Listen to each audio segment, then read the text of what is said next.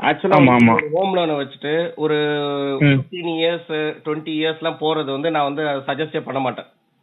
ஆமா ஆமா ஏன்னா பேங்க் ஏன் அதை லென்த் பண்ணுவாங்கன்னா உங்களோட வயசை பார்த்துட்டு ரொம்ப லென்த்தா கொடுத்துருவாங்க. ஏன்னா உங்களுக்கு வந்து இப்போ எவ்வளவு பெரிய அமௌண்ட்டை நம்ம சாங்ஷன் பண்ணிடலாம், இஎம்ஐ முடிஞ்ச ஆமா வரைக்கும் கம்மியா வச்சுக்கலான்ற மாதிரி பார்ப்பாங்க. நீங்க ஆமா. அப்படியே ஆனா வந்து வந்து பிரின்சிபலை விட இன்ட்ரெஸ்ட் அதிகமாயிடும் அப்படி போகும்போது. கரெக்ட் இல்ல 2 பாயிண்ட் சொல்றேன் அதுல முக்கியமா. அந்த 20 இயர்ஸ் வந்து நீங்க 10 இயர்ஸா நீங்க இது பண்ணிக்கிட்டீங்கன்னு வச்சுங்களேன், உங்களோட இஎம்ஐ ரொம்பவே பெரிய டிஃபரன்ஸ்ல ஆகும், இன்க்ரீஸ் ஆயிடும். ஆமா ஆமா ஓகேங்களா? ஆனா நான் சஜஸ்ட் பண்றது வந்து அந்த 20 இயர்ஸ் போகாம 10 இயர்ஸ் போங்கன்னு தான் சொல்லுவேன். அப்பதான் உங்களோட இஎம்ஐ பெருசா இருக்கும். அந்த 10 இயர்ஸ்னா கூட 10 இயர்ஸ் கம்ப்ளீட் பண்ண சொல்ல மாட்டேன் நான். ம் என்ன ரீசன்னா நீங்க 10 இயர்ஸ் கம்ப்ளீட் பண்ணீங்கன்னா ஆக்சுவலா நீங்க வந்து ம் ஸ்டார்டிங்ல ஒரு ஃபர்ஸ்ட் 5 இயர்ஸ்க்குள்ளேயே வந்து நீங்க வாங்கின ம் அமௌண்ட் இருக்கு இல்லைங்களா, அதோட டபுளாவே நீங்க ஆமா வந்து இன்ட்ரெஸ்டா பே பண்ணிருப்பீங்க. ஆமா ஆமா ஓகேங்களா? அப்ப நம்ம என்ன பண்ணணும்னா நம்மளோட காசு என்ன இஎம்ஐ நம்ம முன்னாடியே ஒர்க் அவுட் பண்ணிக்கணும். இப்ப நம்ம ஹோம் லோன் எடுக்க போறோம்னா இன்னைக்கே தெரியும் நம்ம ம் 2 இயர்ஸ்ல எடுக்க போறோமா 3 இயர்ஸ்ல எடுக்க போறோமா, எவ்வளவு லோன் அமௌண்ட் எடுக்க போறோம். ஆமா அதுக்கு ஒரு அளவுக்கு நம்ம வந்து இன்வெஸ்ட்மெண்ட் பண்ணிட்டு வரோம்னு வச்சுக்கோங்க. ஒரு எஸ்ஐபி மாதிரி பண்ணிட்டு வரோம். இப்போ உங்களுக்கு தெரியும் மியூச்சுவல் ஃபண்ட்ல போட்டோம்னா நம்ம உடனே அடுத்த வருஷம் நம்ம சொல்ற அமௌண்ட் எக்ஸ்பெக்ட் பண்ண முடியாது. ஆமா செகண்ட் இயர்லயே நமக்கு தெரியாது. தேர்ட் இயர்ல ஒரு வேளை ம் வரலாம், வராமையும் போகலாம். ஃபோர்த் இயர்ல வரலாம். ம் அது மாதிரி தான் அதுதானே. ம் ஏன்னா இயர் ஆன் இயர் ஒரே ரிட்டர்ன் வராது இல்லைங்களா? ஆனா அந்த கரெக்ட் ஃபோர்த் ம் இயர் வந்துருச்சோ இல்ல தேர்ட் இயர் வந்துருச்சோ நம்ம கையில கிடையாது. ஆனா வந்ததுக்கு அப்புறம் அந்த அமௌண்ட் ம் எடுத்து நம்மளால பார்ட் பேமெண்ட் பண்ண முடியும்ன்ற நான் அப்படி ஒர்க் அவுட் பண்ணலாம் நீங்க. புரியுது புரியுது புரியுது அப்படி பண்ணிட்டீங்கன்னா உங்களுக்கு வந்து அந்த 10 இயர்ஸ்ல வந்து நீங்க ஒரு நார்மலா நீங்க வந்து ஃபர்ஸ்ட் 2-3 இயர்ஸ் பே பண்ணும்போது அந்த இஎம்ஐயோட இருக்கிறது வந்து இஎம்ஐயும் பிரின்சிபல் காஸ்டும் இல்லைங்களா? ஆமா அதுல வந்து ஆக்சுவலா இன்ட்ரெஸ்ட் தான் 90% இருக்கும். 10% தான் நீங்க வந்து பிரின்சிபல் பே பண்ணுவீங்க. ஆமா 10 இயர்ஸ்னா ஒரு 3 to 4 years நான் ஃபர்ஸ்ட் இன்ட்ரெஸ்ட் தான் பே பண்ணுவேன். அப்புறம் தான் எனக்கு பிரின்சிபலே போகும். கரெக்ட் 20,000ல 3,000 தான் வந்து பிரின்சிபல் போகும். 17,000 இன்ட்ரெஸ்ட்ல தான் போகும். Correct correct. அதான் நம்ம வந்து நிறைய பேர் என்ன பண்ணுவாங்க, அந்த ஒரு 3 இயர்ஸே பேமெண்ட் பண்ணிட்டுங்க அதுக்கப்புறம் அவங்க போயிட்டு எவ்வளவு நம்ம அடைஞ்சிருக்குன்னு செக் பண்ணாங்கன்னா ஆக்சுவலா அவங்களுக்கு பிரின்சிபல் ஒண்ணுமே கம்மியா இருக்காது. ஆமா அது வந்து எல்லா கஸ்டமரும் போயிட்டு ட்ராப் ஆகுறது அந்த இடத்துல தான். இது வந்து ஆமா அதுதான் நான் ஆமா இப்ப இந்த மாதிரி சொன்னேன் இல்லைங்களா. நீங்க பார்ட் பேமெண்ட் பண்றது வந்து நல்ல ஆப்ஷன். என்ன ரீசன்னா நீங்க பார்ட் பேமெண்ட் கொடுக்குற ஒவ்வொரு லேக்குமே வந்து பிரின்சிபல்ல இருந்து டைரக்டா டிடெக்ட் ஆயிடும். ஓகே ஓகே ஓகே நீங்க ஒரு 30 lakhs நீங்க லோன் வச்சிருக்கீங்க, 5 lakhs நீங்க போயிட்டு ப்ரீ பேமெண்ட் பண்றீங்கன்னா அந்த 25 lakhs தான் அவுட்ஸ்டாண்டிங் இருக்கும் உங்களுக்கு. 5 lakhs பிரின்சிபல் இருந்து. ஓகே ஓகே ஆக்சுவலி சூஸ் பண்ணலாம். நீங்க டைரக்டா 5 lakhs போறதுக்கு ஒரு ஆப்ஷன் இருக்கு. யாருக்கு இமிடியேட்டா லோன் வாங்குனவங்க இமிடியேட்டா எப்படி ஒரு 5 lakhs சேரும், அதுக்கு இந்த ஆப்ஷன் 5,000 எவ்வளவு அவங்களால சேமிக்க முடியுமோ அந்த அளவுக்கு ஒரு இன்வெஸ்ட்மெண்ட் மாதிரி பண்ணிட்டு வந்தாங்கன்னா ஒரு 2 இயர்ஸ்ல 3 இயர்ஸ்ல வந்து நமக்கு மார்க்கெட் சொல்ல முடியாது இல்லைங்களா. திடீர்னு நல்லா இருக்கு நல்லா ரிட்டர்ன் வந்திருக்குன்னும் போது அந்த டைம்ல அந்த அமௌண்ட் நம்ம பண்ணி ப்ரீ பேமெண்ட் பண்ணலாம். Okay okay okay actually home loan கான்செப்ட்ல எனக்கு நிறைய விஷயம் எனக்கு கேட்கணும். அது அப்புறம் கூட கேட்கிறேன். ஏன்னா ரீபேல சில டவுட் இருக்கு, நான் அப்புறம் கூட கேட்கிறேன். இல்ல ஷார்ட் மாதிரியே போட்டுட்டு நீங்க வந்து அந்த எந்த டைமுக்குள்ள நீங்க வந்து எப்படி பண்ணீங்கன்னா கரெக்டா இருக்கும். ஏன்னா நமக்கு வந்து ஃபுல்லி இந்த மார்க்கெட்ன்றது தெரியும். எப்படின்னா நம்மளால ப்ரெடிக்ட் பண்ண முடியாது ஃபியூச்சர் ரிட்டர்ன்ஸ். ஓகேங்களா? ஆமா ஆமா ஆமா ஆமா ப்ரெடிக்ட் பண்ண முடியாதுன்னும் போது ஆனா ஒரு பிளஸ் பாயிண்ட் இருக்கு. எது நமக்கு வந்து மைனஸ் சொல்றாங்க, வாலட்டிலிட்டி தான் இல்லீங்களா. ஏறுது இறங்குதுன்னு மைனஸ் இல்லீங்களா. அதே தான் நான் சொல்றது பிளஸும் நமக்கு அதுதான் சொல்றேன் நான்.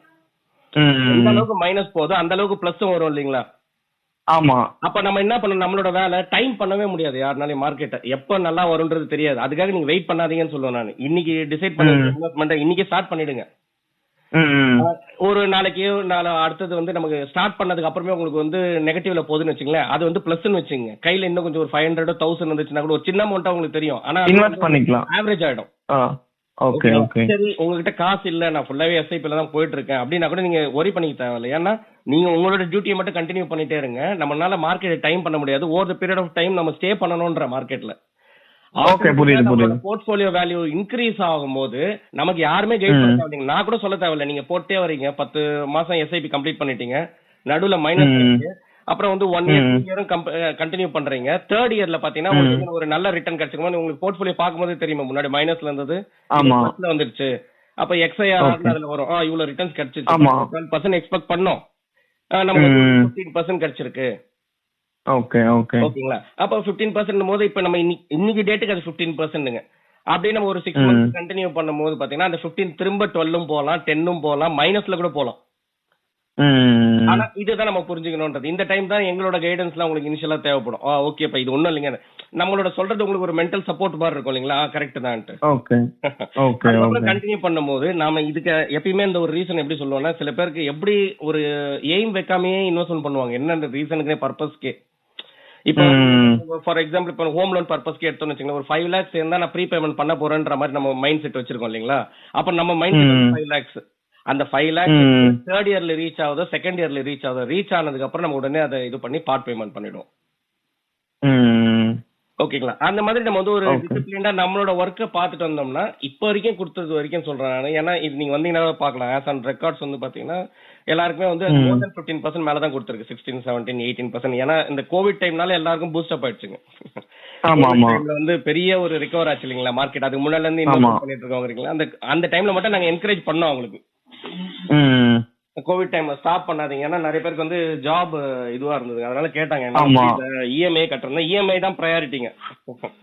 அப்ப அவங்ககிட்ட நான் சொன்னேன், இஎம்ஐ போக ஒரு அளவுக்கு உங்களுக்கு 2000, 3000 இருந்துச்சுன்னா கூட அதை மட்டும் கண்டினியூ பண்ணுங்க, உங்களால 10,000 எஸ்ஐபி பண்ண முடியலனாலும் அப்படின்னு சொன்னது.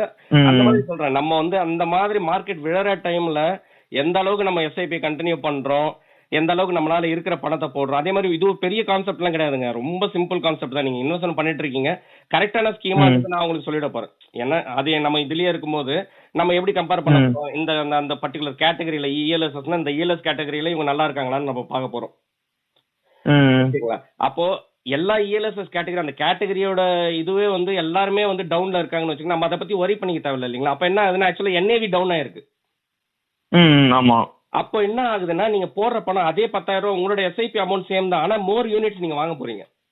ஆமா ஆமா. ஓகேங்களா. அதுதான், அது வந்து புரிஞ்சிச்சுனாவே போதுங்க. அதுக்கப்புறம் அவங்களுக்கே ஓரளவுக்கு ஒரு 2-3 இயர்ஸ் நம்ம கூட டிராவல் பண்ணும்போதே அவங்களுக்கு கான்செப்ட் எல்லாம் கிளியர் ஆயிடும். ஆமா, இல்ல இது வந்து இதுவும் புரியுது. அதே சமயம் இது வரைக்கும் ஹிஸ்டரி எடுத்து பார்க்கும்போது 2008 ஆகட்டும், அதுக்கப்புறமா இப்போ கோவிட் 2020 ஆகட்டும், 2019 ஆகட்டும், எப்போ டவுன் வருதோ அப்போ வந்து நம்ம திருப்பி ரீபூஸ்ட் ஹையர் லெவல்ல தான் ஆயிருக்கு. வெளியேவும் போயிட்டு இல்ல, ஹையர் லெவல் போயிருக்கு. அதனால ரிட்டர்ன்ஸ் நமக்கு நல்லா கிடைக்கும். இந்த கான்செப்ட்ஸ் எல்லாம் பார்த்துட்டு தான் சரி ஓகே நமக்கு செட் ஆகும் மியூச்சுவல் ஃபண்ட்ஸ். ஏன்னா யாரும் இது வரைக்கும் போட்டது இல்லை தெரிஞ்சு. நம்ம இதை பார்க்க இது வரைக்கும் ரிசர்ச் பண்ண வரைக்கும் இது வந்து இந்த மாதிரி தான் இருக்கு. 2008 அந்த ஐடி கிராஷ் ஆக போகும், திருப்பி ரீபவுண்ட் ஆகும் போது அப்படியே டபுள் ஆச்சு. கரெக்ட்டுங்க. எந்த டைம் கோவிட் போட்ட அமௌண்ட் வந்து ஜீரோல இருந்தது இல்லைங்க, அடுத்த லெவல்ல தான் இருக்குது. அதுக்கு அடுத்த லெவல்ல அப்படியே பெரிய ஃபால் இருந்துச்சுன்னா கூட திரும்ப வந்து அந்த லெவல் வந்து நம்ம ஸ்டார்ட் பண்ண லெவலோட மேல தான் இருக்கும்ன்ற நான். ஆமா, இந்த பேஷன்ஸ் மட்டும் வேணும், லாங் டைம் டிசிப்ளின்